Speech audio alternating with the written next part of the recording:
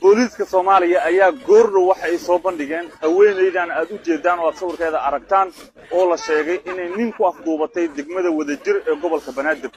haweeneydan ayaa la sheegay in ninka ay haysatay muddo toddobaadyo ah waxaana la sheegay in ninku uu ahaa nin xoogaa xanuunsan oo madaxa looga dilo. booliiska Soomaaliya ayaa ku soo qabtay howlgal ay ka sameeyeen degmada Wadajir ee gobolkan Banaadir waxaana ay u soo bandhigeen warbaahinta iyaga oo sheegay in hadda ay ciidamadu gacanta ku hayaan. dad badan ay la yaab ku noqotay arrintan maadaama la arki jiray in raggu ay afduubtaan haweenka balse hadda ay haweenkii ay afduubanayaan ragga. haddaba adiga muuqaalka daawanayo aragtidaada commentiga nugula wadaag sidee baad u aragtaa arrintan?